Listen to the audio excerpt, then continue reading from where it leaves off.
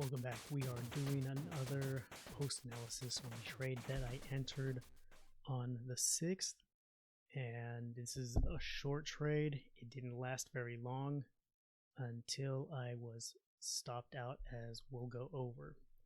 But everything up to the lead up on Euro US dollar, I was watching the price go down, go down, go down until it hit around here, and this is kind of where it settled. And this was during the Tokyo session, so around here it kind of levels out, and I was watching it, waiting for an opportunity to buy because I had a really strong inclination that it was going to go up. That price was going to bounce off of this level down here, and I'm watching it come around here and then right here as it started to shoot up. And this happened around London opening. So I was waiting for the London open, and as soon as London opened, I thought, now is my opportunity. I'm going in, I'm going to buy. And we can watch it play out because I went in on this candle, and as you can see, I didn't let it close again. It's becoming a real problem, is I'm not waiting for the candles to close, but I don't think it would have changed anything because it was just a bad entry altogether. Even if I would have waited for the candle to close, I think I was gung-ho on a sell. I mean on a buy. And so even before the candle closed, I put in my order to buy at 1091 and then waited, watched, and was like, all right, here it comes, it's going. Oh wait, no it's not, and stopped. And not even an hour later, this was like 30 minutes into the London session, so from about 8:35, so it was already 30 minutes in. And yeah, so the London session opens right here and immediately it shoots up. So that's what happened. That's what was playing with my mind. I FOMO'd in. That's right. So I saw this go up, and instead of waiting for the retrace, I jumped in way too soon. And then, of course, not even waiting for the candle to close before I jumped in. And we're doing this on the 5-minute chart because I wanted to show, because look, right here, this is the 15-minute chart, and you can't even see anything. It happened so fast. I was in, and then I was out.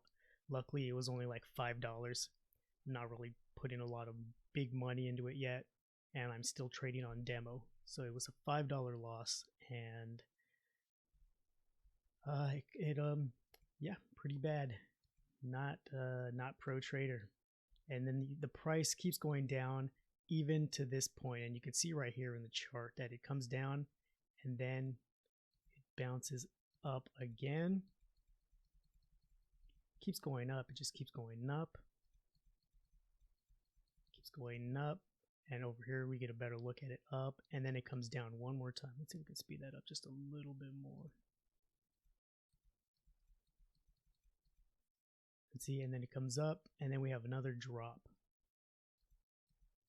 where price bounces off of support right here. Bounces off support, and then that's when the real action happened. So if I just would have waited for here, watched, and then waited, and then waited, and then saw it here, and then saw the drop here, and the rebound from this point to this point was really, really fast. There was a lot of momentum after it hit that point. So what I'm learning from this is that I have to be patient. I got to watch the market, and each session and each day is like a new day. It's a new market, and each session is like a new session. You have to become familiar with the buyers. You have to become not just the buyers, but the participants. You have to get a feel for what is everybody doing? What are we feeling? How are we moving today? Because I wanted to buy, and there's an opportunity here, but then there's the drop here, and then there's the real area to buy would have been right here, the golden spot right there, and then just I could have taken that all the way up, but I didn't. So I think the big key here is patience. I have to be more patient. And another thing too is arbitrary stop loss. I don't know why I put the stop loss there. I can't even tell you why I put my stop loss there. What was it that made me decide to put the stop loss at that exact point? Other than, let's see, I mean, I really can't. There's really this. Okay. Other than this right here, this congestion happening was probably influenced. So yeah, I'm guessing that this part, yeah, maybe it was this candle that I saw here, and that triggered something for me. It was like, okay, this looked like a good candle. So that is not a good reason to put a stop loss there. There's got to be more. I gotta be more deliberate with my stop losses, as well as more deliberate with my entries. Because if I would have waited, I could have got the best entry, which would have been right here. Did I know that that was coming? No. But better to miss out on a trade that I'm not certain will work, and to hold off on a trade that is more likely to work. So this one was already, if it's bouncing off this area right here, then this one was already gone. So that was a terrible place to get in anyway. And then it eventually came back and bounced off this area again. So I'm kicking myself in the pants, just trying to figure out why did you do that? Why? And that's why we do these videos, so I can take accountability and hold myself responsible for my actions. And these were just stupid mistakes that could have been avoided.